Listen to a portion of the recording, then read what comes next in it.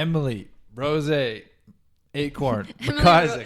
Emily Rose. I'm into that. It's Rose, right? Yeah. Okay, it's Rose. No, I'm into Rose. That's cool. Emily Rose Acorn MacIsaac. I just got married about a month ago. Okay, nice. How's that been going? It's going great. Yeah. Yeah. Feel different being married? Yeah, actually, I wasn't expecting it to be so different, but because like obviously I love him and we get along, so taking it to the next step. But it was a pretty special day. We both were very emotional, and it was. That's awesome. Yeah, we just had a little wedding in our backyard with our our moms and Petra and our dog. Right. Yeah. It's because Corona season, so you can't have big celebrations right now. Yeah. Right. So, you reached out a little while ago. We were kind of chatting about the podcast. You said you might want to come on at some point, and you kind of mentioned that you also had your own. At one point, you did a couple interviews, and you're actually a journalist, or? Yeah, I took the journalism course at Holland College. Okay. 2 years ago now, but yeah, it was great. Yeah. Yeah. So, maybe you could kind of introduce like why you were thinking you wanted to come on here, or kind of some of the things that you've kind of been through up to this point. So what I love about your podcast is like it's just so important for everyone to talk. Sorry. What I love about your podcast is it's so important to talk about these things. Yeah. And the more we talk about them, the less people feel alone, and the less awkward everything is, you know? And I'm really noticing like people are really opening up, and I just want to continue that flow. Like for an example, it's not like you have to go to someone with a big heart-to-heart conversation and pull them aside to talk about anxiety or to talk about depression. It's kind of like a quick conversation now. A guy at my kickboxing class was just kind of talking to me. He's like, "Oh, the pandemic really got to me. I was just so in my own head. I was so anxious. So nice to get out now." When I find like there was a time where nobody would say that. Yeah, you know, 100%. Yeah, for sure. No, that's cool. And I think like the pandemic is a good example of how like, you know, it's probably very common, that situation where we're all kind of in our heads, where we're just spending a lot of time at home, like especially for people that couldn't work. Yeah. And even if you could, like you still couldn't leave the house as much. So it's a big change. Yeah. And I think that's what really drop kicked me, the pandemic. And a lot of my friends, that drop kicked them too. But for me, it was, I just had a baby, and then you're kind of like, I feel like my isolation lockdown was like double what it was. Like I was just like stuck inside for my last like third trimester. So I'm just like this giant pregnant woman, and I can't really do much, and I don't want to do much. And then I thought it would go away. Like, sorry, I'm kind of getting a little unorganized, but it's okay. Like, yeah. So I started getting the postpartum depression in my last trimester. And I had this feeling of, oh, well, once I have the baby, I won't feel like this, and it'll be great, and this feeling will go away. It's just because I can't move right now and all this. So then when I had the baby, it didn't go away. And so it took a lot of like strength and like to get out of bed. I was really depressed, and a good way to describe it was it felt like I've served for a long time in restaurants, and it kind of feels like a no day off of serving. You know, it's kind of like your last table, that annoying last table is like constantly at your house. You know what I mean? That's kind of like the work side of it anyway. Yeah. So that's how it is whenever the baby is like, it's called the fourth trimester when they're born. So she was just like sucking the life out of me pretty much. Like I needed to heal my tear. So I had like a 3rd-degree tear. Oh shit.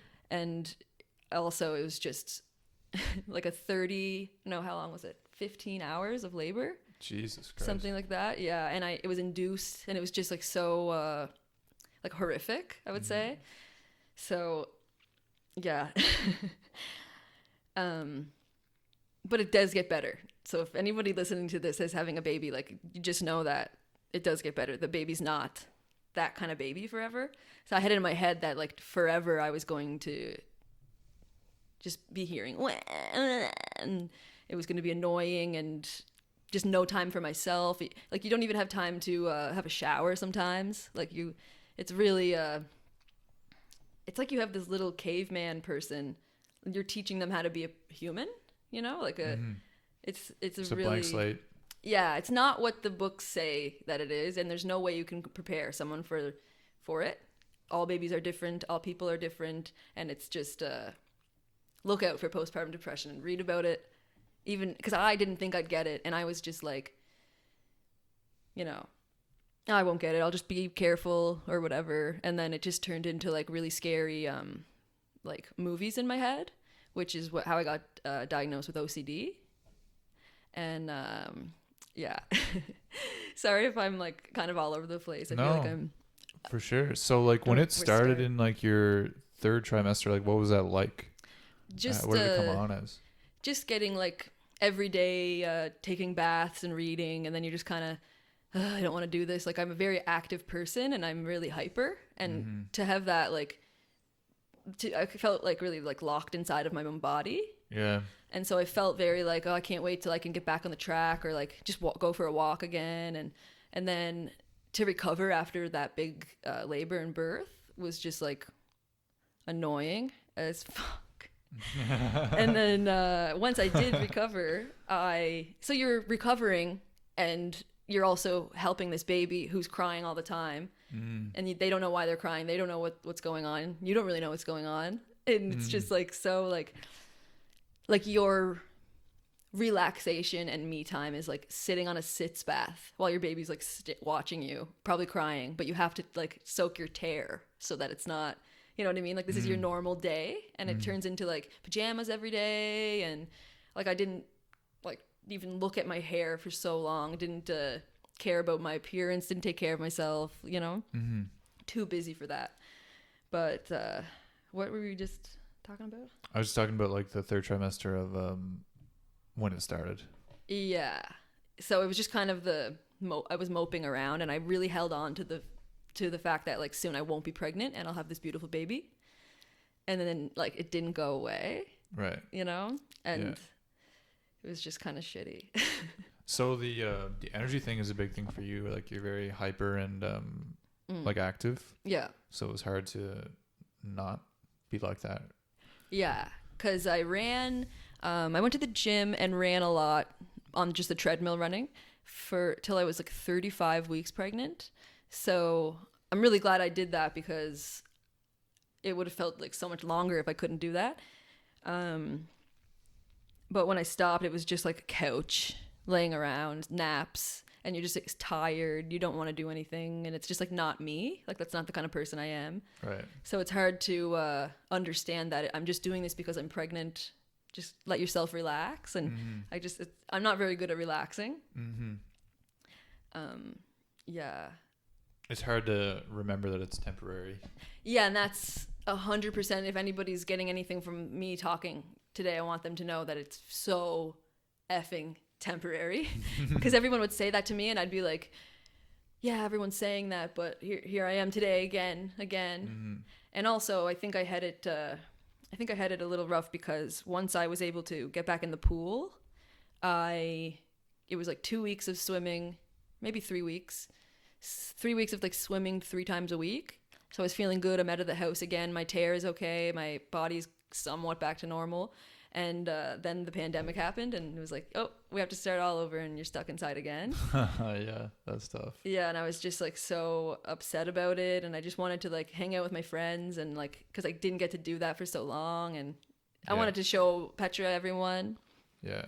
So it was a buzzkill for sure. Right. But then I started getting like really like delusional, and it was like really creepy because I couldn't tell like what was real and what wasn't. So like in my head, I would just like make up really weird, like specific stories pretty much. And they would be like really vivid movies, and like just be really like I would be able to lie to myself really well. And it would often be like about I'm a bad mom, or my husband hates me, you know, and I'd just like, I would be like, no, he doesn't hate. In my head, it's like, your husband hates you. And I'm like, no, he doesn't. He's with me every day. He's great. And then it's like, yeah, but he's only doing that because of this. And then Do you know what I mean? And then this huge thing would happen in my head, and then I would push him away because I would be mad at him for like being mean to me in my head. But it wasn't real, and it's even hard to explain, but just like obsessively thinking over like someone else's opinion about me. And I just kept obsessively thinking over a lot of different things too, like what my family thought about me, and also I had a really hard time with her being a girl. Like I'm kind of scared for her to grow up as a girl because I always felt like a really strong woman, and I'm sort of a tomboy, I guess. But I just like did waste a lot of time. I learned a lot of lessons from boys, and boys, there was a lot of them that were not nice to me, and I've been taken advantage of before, and definitely in an abusive relationship, and I didn't overly like care about that happening to me. But now that I have Petra, it's like I let them do it to Petra. It's like by letting people treat me like that, I'm saying it's okay to treat Petra like that. Right. I don't know if that makes sense, but just little things like that. And I started really noticing how sexualized women are in society. Like in every movie, you can't watch, like I can't watch any movie without there being like boobs a couple times, you know? So I found that every time I would watch a movie and there would be like boobs in the scene, this never happened to me before either. I just felt so uncomfortable, and because I wasn't just thinking like, oh, this is kind of weird, I don't want to watch this with my boyfriend, but whatever, it's just a movie. Like that's what I'm thinking. Yeah. But now the thought is like, what if Petra watches a movie with her boyfriend and this makes her sad because, do you know what I mean? So it's become this like bigger thing, and I definitely obsessed over that was another one. Right.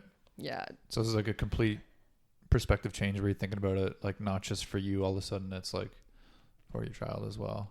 Yeah. And like that, but by obsessing over these things, I would like research in them and like just couldn't stop thinking about them and having such a strong opinion. I wanted to like bring up the topics with my friends all the time. And yeah, just kind of like, it's nice to know that I diagnosed with it really helps, because now when I'm starting to obsess and I'm like, oh, this is clearly OCD. This isn't not what you think. Like, okay. Yeah. So what was like the process like of getting diagnosed with that? I talked to my doctor about postpartum. I was diagnosed with postpartum depression. And I guess how did you get diagnosed with that as well? With postpartum depression? Yeah. Let me think here. I was just being so my husband, we just had a baby, and every time my husband would leave the house, I would be like really jealous, or like really, mostly jealous. I felt very like, nothing in his life changed. Like his job didn't change. He could go hang out with his friends, and I was stuck inside with this like baby. So I would often be like, please don't leave. Like you can't leave me and stuff. And it ended up like kind of snowballing down. But I'm so lucky because he just understands so much, and he's so like willing to listen. And yeah, I often think like if this was anybody else, they wouldn't be with me right now, because I was just accusing him of being mean to me, and he wasn't. It's just in my head, and I was obsessing over like things he said like a year ago, or just really weird. And I've just been diagnosed with OCD, so I'm also just learning about it too and figuring it out. My doctor gave me an OCD handbook. It's like a workbook, and that's how I realized it was OCD, because there's questions in it, and you fill out, it's like a test thing. And yeah. And I was also diagnosed with BDD, body dysmorphia disorder. And I hate talking about that because it makes me feel like I'm superficial, or I might look at other people's bodies and judge them, or I'm only thinking about what I look like, you know? But it's much more than that. And I've always been a very fit person too. And after I gave birth in the hospital, it was like a horror movie when I really needed a shower. And they have these like shower rooms, and the hospital was honestly like gross. I didn't want to be there. I wanted to go home to my shower right away. Mm-hmm. And putting a full-length mirror in this bathroom was the stupidest idea anybody's ever had. Mm-hmm. Like you should totally, like the hospital people should totally not have a full-length mirror in that bathroom. It's specifically for people who just gave birth to take a shower. And it's like a bathhouse room. But when I got in there and I saw my body, like it's like 2 or 3 hours after birth, I was just like, oh, like I felt like I was in a scary movie. Like I felt like I just looked like deflated, wrinkly, and like I was stretched out to here and I was 50 pounds heavier. Wow. And then everything just goes out. So it was just all skin. And again, I didn't know it was going to be temporary. So I just started bawling, looking in the mirror, and just, it was awful. And not to mention they had no hot water in the hospital. So Jesus I took Christ, that is a horror movie. Yeah, like I took a freezing cold shower, crying. Look at yourself in the shower and take a cold shower. Yeah. And also I can understand why they might need the mirror for if you wanted to check out your stitches or if you needed to look, But, it was so bad. And I think that's where the BDD came from, because I keep obsessively thinking about that horror movie. And, it just, I started to, so I was breastfeeding and I was supposed to be eating a lot. So I started to like try to not eat. And, I eventually just like trained myself to like forget to eat or like not even think about it. So I'm getting back into fitness and everything. And my husband and I are doing some boxing in the basement, and I am doing like 30 leg kicks, like all in a row. Nice. Just to like end the thing. And it is really tough to do, especially when I'm like not in my best shape. But I just started having such a bad panic attack. Like right as soon as I stopped, and I couldn't breathe, and I started crying, but there was nothing I was actually crying about. I just was scared that my heart was going to explode. And Phil, sure enough, just like was like, "What did you eat today?" And I was like, "I didn't eat anything today, and I don't know if I ate anything yesterday." Like, and again, that's why I hate to say it, because I don't want people to think that I would do that just to look a certain way. You know what I mean? Mm-hmm. So it's just trying to feel like I have the same body that I used to have. And I sort of went through this in puberty when I was in grade 8. I gained a bunch of weight and I had hips and boobs, and I was like, what do I do now? Like all my swimming times went down because I had more body, Mm-hmm. So you were a swimmer, were you? Yeah. I still swim too a bit. And it was really nice to get back in the pool after having a baby. It really helped. Right. I imagine. So you went through the same kind of thing in grade 8? Yeah. So I think I must have had it my whole life, because I can remember being in like grade 6 and thinking I was like really fat. Like when I look in the mirror, it's not what people actually see. Mm-hmm. And also like acne is another thing. Like I have so much acne, and I'm always picking at it, and I'm always like thinking about it, and you know what I mean? Mm-hmm. So I think the BDD kind of, it's a sister of the OCD, I guess. Yeah. So what are some of the symptoms of that? Is it just kind of like that kind of like obsessive behavior over your body kind of thing? With the BDD? Yeah. Yeah, it's sort of like it's not, how I look is not how I feel or something. Like I feel much bigger and like bloated. It's really weird, hard to explain. A good example actually is a good friend of mine was transitioning when I was pregnant. And so Dan was becoming Daisy, and we often shared the same feelings of just like, what? Like you look in the mirror and you're just kind of like, what? I didn't know that's what I was looking like. Yeah. And it's like a really weird feeling, but it's not because I care a lot about what I look like. It's just weird to see someone else looking at you, Mm-hmm. It's really, really weird. But it is something that you can work on, and doesn't go away, but you can, Right. Keep it under control. How's that been going? So like how's like the food? How's it like? I'm interested in this from kind of like I'm doing a lot of studying on like nutrition right now. Yeah. Like, how do you find your relationship with food and like kind of like where it is now, I guess? I am getting a lot better because running is helping me a lot. Okay. Because when I eat food, I have a better run, and like I'm obsessed with running. So in this OCD wheel that you're going through, you're probably going to be becoming obsessed with some things that are good to be obsessed with. Obviously, it's unhealthy to be too obsessed with running because, you know, your injuries and whatever, but it's really helping me have an outlet for numbers too, besides weighing myself. I was doing a lot of that. Like every day I would weigh myself, and if it didn't go down, I wouldn't eat because I just didn't want this baby weight, you know? And it wasn't just baby weight, it was like saggy, like you could pick me up from my stomach probably. So, what was I just saying? Oh, you're talking about running and how it was like kind of a way to get numbers out. Yeah. That scale. So I was talking to a dietitian, and he was great. He really helped. And he just said, think about food like medicine, or mechanically eat, like for energy. It's not. And he described like the different kinds of eating, and I always thought the only kind of eating that should be done is like eat when you're hungry, like for energy. But there is like, it's good to celebrate with food, and it's totally normal to like indulge. And because I went to him because I thought I was binge eating and I definitely was not binge eating. I just like ate some treats before bed sometimes, and it bothered me, and I obsessed over it. And then he was like, it's not really a problem, you know? Yeah. So, No. but yeah, he also recommended I eat a lot of red meat, which I found kind of weird.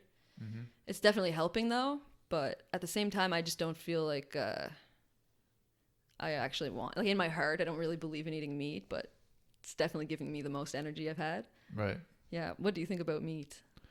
I think it's fine from the right source, and then like the Like local. the ethics behind it. You know, I mean, that's, you could do like a whole podcast and like kind of discuss that part of it. You know, and it's like whatever you feel as far as like the ethics of eating meat, but as far as like meat, as long as it's sourced from a good source, you just want to eat it like in moderation, like not too much of it, but I would say that it's pretty healthy to have like a regular amount of meat in a diet. Yeah. And like everything affects everybody differently, right? Like there's like digestion too. So like some people have a really hard time digesting meat. Yeah. So, but yeah, as far as like healthy fats and, you know, like it's pretty tough to get it outside of meat. So, right. Yeah. So I'm probably going to continue eating meat anyways, just until I'm done breastfeeding. And breastfeeding is another crazy thing because the hormones that you go through are insane, because like your body is adjusting to how much milk your child needs. So like at first they don't need as much, and then they need more, so your body comes up with more, and then it goes down. So your body's always like more milk, less milk, more milk, less milk. And then for example, I stopped how does it know? How does it know? Yeah. Isn't it crazy? I don't know. Just by, it's like however much comes out, it's like the more comes in, it's kind of like by demand. Like it's really weird. It's like a very magic thing. I didn't know that. I learned a lot of stuff. Yeah. But even if I caught a cold, and then Petra caught my cold, but I had medicine for her in my breast milk. I don't know how I got that. Because of my cold, my breast milk made antibodies for her cold. Wow. Yeah. Just amazing. That is amazing. Yeah. The human body is amazing. That's crazy. Holy shit, that's crazy. Yeah, it was nuts. And it's kind of sad though for people with postpartum, because you don't see how beautiful and crazy that is, because you're just kind of like, ugh, the hormones, I don't want to make more milk. I don't want this feeling. I don't like this. My boobs hurt. They're big right now, and they're deflated now. And, you know, so you don't like it, and there's lots to complain about. But now that I'm like, she's 8 months, and I can see all of these struggles and beautiful stuff we went through together. And, you know, it was really hard, but I'm so happy I'm on the other side. Yeah. Yeah. That's awesome. So what point do you stop breastfeeding? You can keep going as long as you want. And I'm actually, in all of this, I'm surprised that I was still able to breastfeed, because like I wasn't eating enough. And breastfeeding takes out like 500 calories a day. So It's like, yeah, you got to stay on top of it. And so like, I think I was expecting my breast milk to just kind of like go away, but I don't know. We're still going strong. Yeah, I'll probably stop after like a year, a couple more months. Cool. But that in its own is like every morning I wake up around 3 a.m. like absolutely drenched in sweat because of the hormones of my body like adjusting the milk, because she used to wake up and eat in the middle of the night and now she doesn't. So it's like my body's kind of wondering where she is. And then he's like, what do we do with all this milk? And then I start sweating and it's really gross. Holy shit, that's crazy, isn't it? Yeah. Your body just adapts to like that time. Yeah. It's just, it makes no sense to me, but because it's magic. Yeah. Yeah. It's crazy. It is magic. So so she's 8 months now. Mm-hmm. And you feel like you're kind of on the other side of oh, big time. the hardest times anyway. Yeah. With postpartum. Just like so much more freedom. I don't feel, when I'm not with her, I got a lot of separation anxiety. Like I felt like a really guilty anytime I was away from her. But now I'm like, see ya. But yeah, so she feels comfortable with all of her family to watch her, and she's just, it's just like more freedom after more freedom. Like she can sit down now. So before, say you're trying to clean something, she's crying, and you have to put your hair up or something, you're going to have like a little mental, you're going to be like, oh, why am I here? Like, you know, like, why is this me right now? This is so annoying. And this is it for the rest of my life. Like, that's what often went on in my head. Yeah. And now I can just sit her down on the ground, fix my ponytail, pick her back up. It's just like a lot easier. But before, I had to like have her neck too. She had to be very like coddled, like, you know. Yeah. Yeah, now we're just toughing her up. You can sit now. Here you go. Yeah. Yeah, she's sick. That's awesome. So then going back to like kind of like before, you did a couple interviews. So was your idea kind of do like similar to this, like kind of like a mental health kind of podcast? Yeah. The take I was gonna go on was more of like because what I was going through then was like I used to just party a lot. I worked at a bar and just was like not taking care of myself, just drugs and alcohol. And I somehow just put my big girl pants on and just stopped doing that and started like working out again. And I even like, I stopped smoking even weed, and I just was completely clean, going to the gym, working, and that's it, and saving my money. So then I got the microphone and stuff for the podcast. And yeah, there's just a lot of more people that I noticed in the party scene who also kind of got sick of it, and I wanted to talk to them about how they got out of it so that other people stuck in that party scene could get out of it too. Very if that makes sense. Yeah. So because it's not an easy thing to do. It's a lot of willpower. Probably the hardest thing I've ever done on my own was stop smoking poppers. It's so embarrassing to say, but if you're smoking poppers, it's like stop, you know, because that was really, really hard. But I'm so proud of myself for doing that, and that completely changed my game. The poppers. Yeah. Because that would seriously affect like your cardio and stuff, right? Like if you went try to go for a run or whatever. And I would still go, but I just obviously went because I was just hyper and I needed to get my energy out. But now I'm really like trying to beat my times, and I'm taking it more seriously as in a sport feeling, and it's really nice. I'm really digging it. That's awesome. And right now I'm trying to get like a lot of people to see that running can be medicine. Just like moving your body. I'm sure you know this from your fitness stuff. Yeah, 100%. Like, moving your body is the number one medicine that you have to do. And I just think a lot of people say, oh, well, I'm not a gym person, I'm not a runner, I'm not this, you know. It's just like move, like you have to. Doesn't matter what it is either, you know. It doesn't have to be running or squatting. You can just move, just go whatever for a walk. it is. Yeah. Like a walk dance in your room or something. It's just like really important to move your body, because the less you use it, the more you lose it. And same with your brain. So like I'm trying to read a lot of books right now. I don't have much confidence in my brain anyway, but yeah. No, it's good for everything. It's literally just good for everything, like the whole slate. Yeah, like totally. blood flow to the brain, blood flow to the whole body, everything. just any sort of movement you can do, you're going to feel better after. Yeah, and it's like small victories, like little goals met every day.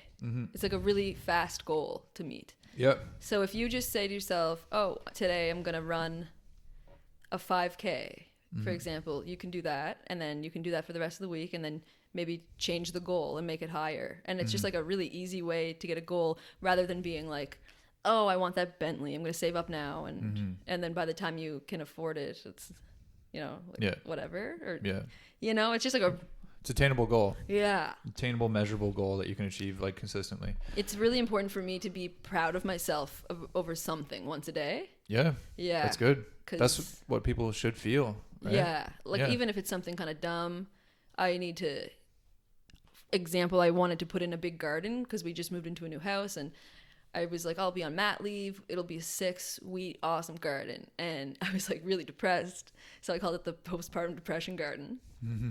And it was the saddest looking garden, you know? So I got 3 cucumbers out of it and some chives. And nice. I was laughing at myself and just being like, ugh, like, you suck, Emily, you know? And then I was like, you know what? I was so depressed, and I still have these, and I tried my best, you know? Yeah, so that's what matters. This shitty little garden over here really shows that I was trying my best. Yeah. Because I was so depressed, I'm surprised I did it. Even planted those little ones. You still made a garden. Yeah.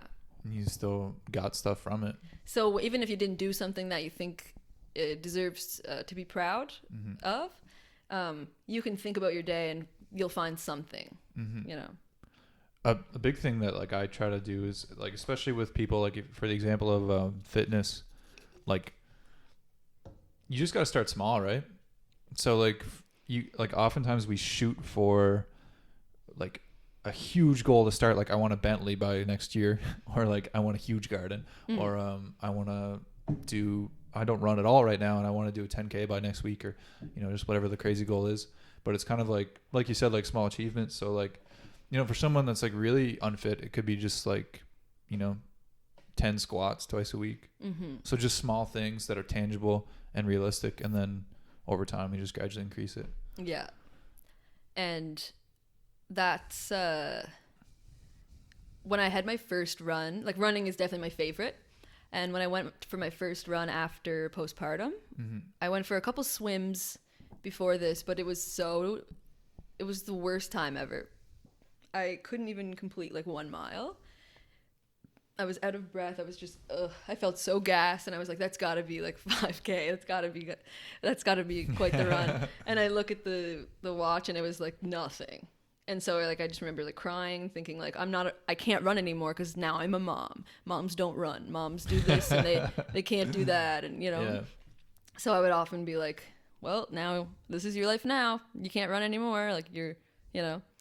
But then the next day I went out and I had another shitty run and cried and had a terrible time. The next day I went out and had a really shitty run, and it just kept getting a little bit easier and a little bit easier. But I just kept doing it every day. Also with a rest day. It's good to have a rest day. Yeah. But yeah, by the end of 4 months postpartum, I ran half marathon. Nice. And so like that's awesome. It's just really important to know that I couldn't run 1 mile, and then I ran half a marathon. So that's crazy. Yeah. And I've already ran 4 half marathons since having her. Try to do one once a month. Wow. Yeah. So it's really helping me because I feel so proud whenever I come home from a run, and I feel so. It's a really big meditation to push yourself through those barriers. Obviously, the whole time I'm running, I don't want to be running. Yes. You know, I think that's another thing that people go wrong with fitness. They think they don't like it because they get that feeling of, why am I doing this? I don't want to do this. But that's why you're doing it. You know, like, so that afterwards you're really proud. Yeah. And if you can find comfort in that uncomfort, then you're really getting the benefits mentally from running or whatever you're into. 100%. Yeah. And just like you said, that's where the benefit comes from. Cause like, you know, I think it's something like, it's a low percentage of people that actually enjoy exercise. I think it's like 20 or 25% of people like actually enjoy exercise, and the rest just don't. And I mean, like, I consider myself that I do. Yeah. But I still, like, there's plenty of days where I'm like, I don't feel like doing it today, right? and it's just like you said, like you get the benefit from doing something that you don't necessarily want to do, but you know that you should do it for yourself, and then you feel better after. Yeah. Another big thing I learned with running is that you have to stay very present. You can't, like if I run like a 10-mile run like regularly, and it's kind of like if I think, oh wow, I'm gonna feel so good after this, or like can't wait to get to this point, to the boardwalk, and then I'll go for a walk at that point, or I literally just have to be like this foot, this foot, this foot, this foot, this foot, this foot, and that's how present I am. I actually pretend that the ground is being created by my feet and there's nothing else around me. You know, like it's you can't think, oh, this is a long road, I can't wait to be at the end of this road. You know, because you're gonna have hills and you're gonna get exhausted, but then you're gonna have that, you know, awesome song come on your playlist down a hill, and you're gonna be really happy that you're still running. You know. Yeah, it's funny, like it humbles you every time, right? Because like you can be doing 5K every day or whatever the distance is, and it becomes easy. Like you think like afterwards you're like, that was like, I could do that, like getting better, like it wasn't that hard or whatever. But like as soon as you start, you still got to go through it again. It's like, you know, like you said, if you can't just think like, oh, I can't wait to be done, it's like you still got to go through the whole thing, whether it takes 20 minutes, half hour, an hour. Yeah, you can't just black out and be done on the run. Yeah, exactly. You should enjoy it and like see the birds that are there. Like the other day I was running past UPEI and there was like 5 horses running beside me. And I was like, this is crazy. So it's like hard not to feel that, you know? Or you see another runner and you guys high five or something. It's like really, really good energy with running. 100%. Yeah. I found a big meditative benefit from it too. And I found it too, like, and everyone kind of talks about it, is like the first 5 to 10 minutes is like of running is like, hell. I hate this. Why am I out here? And then like after that, you just kind of like get into a rhythm. Yeah. And then like it's just kind of like you just keep going. But it is a big mental test because when you get to that point, like that steady state exercise where you're just going, you're not necessarily getting more tired. You know, you're just kind of in the like the flow state. It's like your mind is the only thing that's going to make you stop, right? Yeah, totally. And that's when you need to start thinking about this foot, that foot, this foot, that foot. Yeah. And everything is just happening right here in front of me. That's something I'm really bad at doing, like just in general. So like running has really helped me see that you kind of have to do that. For example, I'm trying to get into a journalism position or something, you know, something better than my serving job. Because obviously now like I have a baby and stuff, so I'd like to, you know, bring home the bacon a bit. But yeah, I'm like, oh, I really, really want to work for CBC, or I really want to do this. But I'm at this like, I'm going to start a program where it's a good opportunity and I'll meet people. I'm not sure who I'm going to meet yet, but like it's the first step. Yeah. So of course, right. I'll be doing like administrative work, but only climbing from there. And sometimes it sucks because I don't know where I'm climbing to, but you just have to start climbing and figure it out, you know? Yeah. And that's kind of how life goes usually. It's just like... Yeah, rolling with the punches. It's a big one. My husband's really good at that, rolling with the punches. Just adjusting to whatever's in front of you, like no plans. I think that's a big thing in life, like a really good quality to have, because a lot of people have like a plan in their mind. And they get anxious when it doesn't work. Yeah. And it's kind of like they plan like a perfect scenario in their head, and then when it's not, you can really build it up in your head to think like everything's going to be like this, and it's never like that, like, because it's life, so there's just unlimited amount of variables, right? So it's just going to be how it is. Yeah. I mean, you pick a path, but you got to go with it. Yeah. And another example too, whenever so I was on my period last week, and no one wants to go for a run when they're on their period. Right. And I did go anyways, and it wasn't enjoyable, and it was slow. My feet were so heavy, and I definitely ran slower. But the next week when my period was done, it was like really easy feeling. So, and I wouldn't have had that easy feeling if I had that shitty feeling. Same as going up a hill sucks, but going down a hill feels so good. So go up the hills so that you can go down the hills, because you wouldn't know. There wouldn't be good if there wasn't bad. Or, exactly. You know? 100%. It's a really big thing that's taught me. To have good things happen, bad things need to happen, because then there is no such thing as good. Exactly. It's just one thing, you know? Exactly. Yeah. And there's no such thing as just like life would be boring if it's just like the steady state never changes, the same all the time. Like there's no such thing as like perfect good all the time, right? Yeah. And I don't think it's normal for humans. I don't think it's natural. I think like we're just as you were saying, like the reward of like completing a task. Like I think like, you know, like going back to like hunter gatherers and stuff, like we had the task of like finding food every day, and then we'd find it and there'd be a celebration. So there's like, I think it just goes back to that of like, just, we need to like struggle to live happily. Totally. Like imagine, you worked a really long, hard shift and you come home from work, how good that feels. So imagine just having the day off all the time. You would never get that relief feeling, and that's that, I deserve this kind of feeling. Exactly. And it's really important. Yeah. No, I think humans need structure and they need to struggle. But, you know, struggle is like, it's not necessarily, there's probably a better word for it. Because struggle is kind of associated with something negative, but it's like, you need to like live, you know? Yeah. You can't just be stagnant. Yeah. You need to move. There's like a J. Cole line of, don't sleep on your level because there's beauty in the struggle. Yeah. And there's ugliness in the success. Yeah. Yeah. Yeah. Connor Murphy, I don't think you know Connor. He came on the podcast. I think he was like one of the first couple. Something he said was like, he was talking about how he had like a time where he like wasn't in school and like he's transitioning to a job, and he's like, if you ever have a time where you don't do anything, you don't have a schedule, you have to make a schedule, because if you don't, you're going to be, and that's the thing, like people get depressed if you're just sitting watching Netflix all day, like there's a good chance you're going to get depressed, right? And then like probably kind of what happened to you, right? Like you just feel like you weren't doing much all day, and then coming from someone that did a lot of things every day, it just goes to like, it's guaranteed to go into a bad place. But he was saying like, yeah, like he's like, watching Netflix on a Saturday when you had a long week feels great. Watching Netflix on a Tuesday when you did nothing all week, fucking sucks. Totally. Yep, that's a big one. Yeah. But yeah.